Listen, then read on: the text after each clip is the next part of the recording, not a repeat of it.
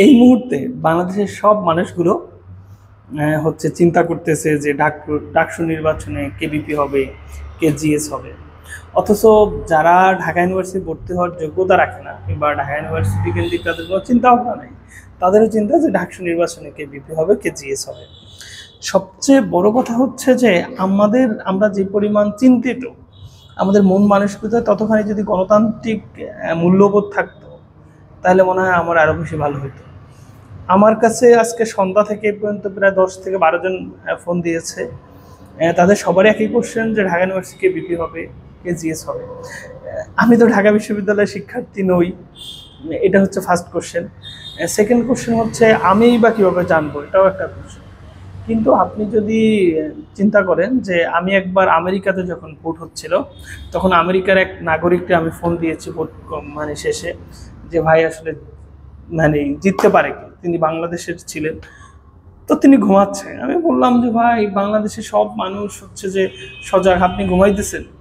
সে বলতেছে সকালে উঠা নিউজে দেখবে, এবং সব আমেরিকানরাই, ম্যাক্সিমাম আমেরিকানরাই ঘুমাচ্ছে।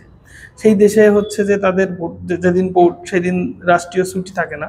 কিন্তু বাংলাদেশে যারা ভোটার না, তারাও দেখেন ডাকসু নির্বাচন কেন্দ্রিক তাদের চিন্তা ভাবনা। অর্থাৎ আমেরিকাতে যে ভোটার, সে ভোট দিল, সে যদি ওই দিন অফিস থাকে, সে তাইলে অফিসে হচ্ছে যে মানে আগেই ভোটটা ডাকযোগে হচ্ছে ভোট দিয়ে থাকে। আবার যারা হচ্ছে যে ভোটার হচ্ছে যে তারা যদি ফ্রি থাকে, তাহলে ভোটটা গিয়ে দিয়ে আসে। কিন্তু দেখেন আমাদের মন মানসিকতায় আমরা শুধুমাত্র চিন্তায় বিশ্বাসী। এখন দেখেন সবাই টেলিভিশনের দিকে তাকায় আছে, কেউ নিউজ পোর্টালের দিকে তাকায় আছে, কেউ মোবাইল ধরে বসে আছে, কেউ চিন্তিত আছে যে কি হবে। তো এই চিন্তা বাদ রেখে আপাতত নিজেদের কাজ করেন। ডাকসু নির্বাচনে কে হারবে, কে জিতবে, এটাতে বা আমাদের আপনার খুব একটা বেশি লাভ লস হবে না।